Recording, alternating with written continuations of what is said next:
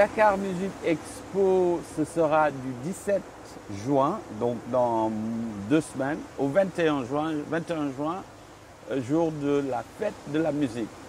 Et dans plusieurs endroits, notamment l'Institut français au centre-ville de Dakar, qui est le partenaire principal, et au centre culturel, à la Maison de la Culture d'Outasek et au centre culturel Blaise Senghor. Et éventuellement à la place, au monument de la Renaissance aussi, donc dans 3 ou 4 endroits à Dakar.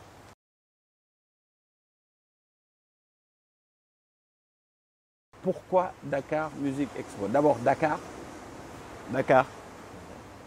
une ville côtière, pour moi la plus belle ville d'Afrique de l'Ouest, avec un climat extraordinaire, avec une beauté extraordinaire, avec un peuple extraordinaire qui a tous les atouts à faire valoir sur l'échiquier international. Donc quand on parle de salon de la musique, on fait souvent référence au Midem à Cannes. Eh bien, moi je voudrais faire de Dakar Music Expo un équivalent du Midem dans le contexte africain. Donc chaque année, la famille musicale africaine se retrouve à Dakar. Alors imaginez ce que ça implique, ce que ça veut dire comme impact ou implication en termes de tourisme, en termes de développement d'un secteur, notre écosystème de l'industrie de la musique. Donc c'est ça d'abord l'idée du salon, parce que c'est un salon professionnel avant tout, et après il y a un aspect festival parce qu'il y a des concerts, il y a des showcases. Mais c'est avant tout un salon professionnel. Pourquoi salon professionnel? Parce qu'on a besoin de renforcer notre écosystème, on a besoin d'apporter des solutions aux défis qui se posent à nous dans ce secteur de la musique. Et on a besoin de côtoyer des gens qui sont hyper expérimentés dans le monde entier, mais de les faire venir ici pour échanger avec nos professionnels ici. Donc c'est un salon professionnel où on débattra via des conférences, des panels, des masterclass, des séminaires, de toute actualité touchant à l'industrie de la musique. Donc c'est important pour la structuration du secteur, comme n'importe quel secteur. L'ordre des médecins, ils se voient, l'ordre des avocats, ils se voient, les comptables ont leur salon, il y a la foire de l'agriculture, c'est à peu près la même chose en termes d'impact économique, en termes d'impact sur le secteur. Donc c'est pour ça que, et alors aussi Dakar, parce que ça peut être une plaque tournante, ça peut être une ville qui accueille des gens qui viennent du monde entier, parce que c'est une ville qui est hyper bien placée sur la carte. 7 heures de New York, 5 heures ou 6 heures de l'Europe, 9 heures de Dubaï, on se retrouve tous. Alors il y a plusieurs salons similaires. Au Maroc, il y a Visa for Music. Chez nos amis au Cap-Vert, il y a Atlantic Music Expo. Tout ça, c'est dans une dynamique de structurer notre secteur et aussi d'encourager les gens à venir ici pour découvrir du talent africain. Il n'y a pas mieux que d'être en Afrique pour voir in situ le talent africain. Donc c'est tout ça, c'est tous ces facteurs-là qui m'ont poussé à commencer le Dakar Music Expo. Et ce n'est pas la première fois l'initiative. Hein. Je pense que Youssou et Ndiaga, je crois, avaient fait DK24. Et DK24, je pense qu'Amadou et Myriam sont sortis de là-bas. Je pense que même Daraji, ils ont joué à DK24. Après, le bureau export de la musique africaine, qui était une initiative de la coopération française, avait aussi fait le BEMA. Et bon, moi, j'arrive pour perdurer ça, pour continuer le flambeau avec Dakar Music Expo.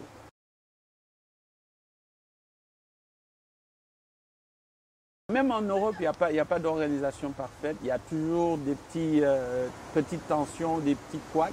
Mais on tend toujours vers cette perfection.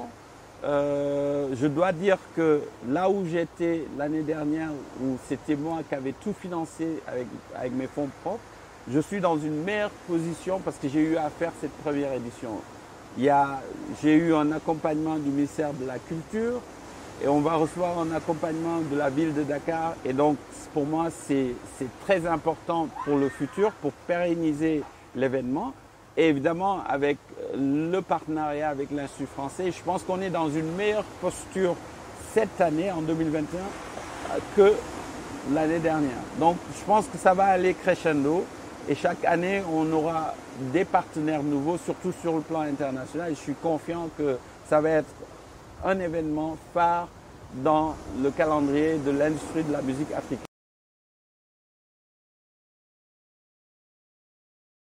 Pour cette année, on a des jeunes, on met l'accent beaucoup sur les jeunes talents. On a Nicole Obélé qui va nous joindre du Cameroun. On a une jeune Tifa qui est mauritanienne, qui vient d'arriver à Dakar, qui est très talentueuse. On va mettre l'accent sur les jeunes talents. Et évidemment, pour le Sénégal, on aura l'orchestre Djigeni qui vont faire l'ouverture du Dakar Music Expo le jeudi 17. Et l'honneur sera aux femmes cette année. On aura un line-up complètement à 100% féminin. Et pareil, et dans la foulée aussi, on va fêter les 50 ans de l'orchestre Baobab le samedi. Donc voilà, un mélange de jeunes talents et de talents confirmés pour qu'il y ait ce brassage, pour qu'il y ait voilà, cette diversité dans la programmation musicale. Je te dirais, ça dépend de la maison que tu veux construire. Tu peux construire une maison à 20 millions, est-ce que c'est possible? Ben oui, en province sénégalaise, comme tu peux construire une maison à coût de milliards. Là, on est entouré de maisons qui coûtent des milliards. Et on va plus loin dans la ville, il y aura des maisons. Donc, ça n'a pas de coût. Ça dépend des ambitions. Alors, si on a l'intention de faire vivre toute la ville de Dakar, ce qui est notre objectif à moyen et long terme, ça coûtera des millions, ça coûtera des milliards.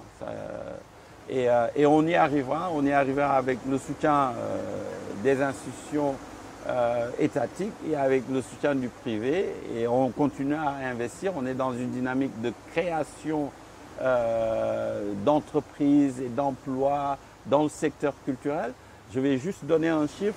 En Angleterre, le secteur des ICC, industrie culturelle et créative, pèse au moins 6,9 milliards de dollars au dernier décompte.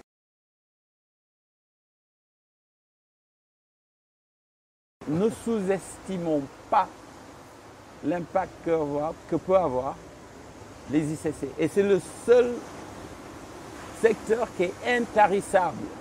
Je veux dire, notre créativité, il n'y a pas de limite à ça. On ne pourra jamais la finir dans l'art et la culture. Et c'est ce qui nous différencie de qui que ce soit. C'est ce que personne ne peut reprendre. Le pétrole, le gaz, tout ça, c'est tarissable, ça peut finir. Mais notre patrimoine culturel, ce qui nous différencie des autres, et ça, on peut le traduire. On voit Hollywood aux États-Unis, on voit au Nigeria ce qui se passe dans le domaine du film et même en ce moment dans le domaine de la musique. Pour moi, ça doit être un effet déclencheur à tout le monde pour se dire investissons dans nos industries culturelles et créatives. C'est un secteur pourvoyeur d'emplois, c'est un secteur à fort impact économique et qui impacte plein de gens dans la chaîne. Et voilà, pour le secteur touristique aussi, c'est un secteur qui permet de créer du contenu unique qui peut faire venir des gens au Sénégal. Parce que rien qu'avec les plages, on ne fera venir personne. Mais en mettant du contenu artistique, en se disant, bah, tiens, il y a le DMX, il y a un tel ou tel festival, il y a tel ou tel musée, il y a tel ou tel... C'est là où on va pouvoir être différent des autres et offrir quelque chose qui pourra attirer des gens ici.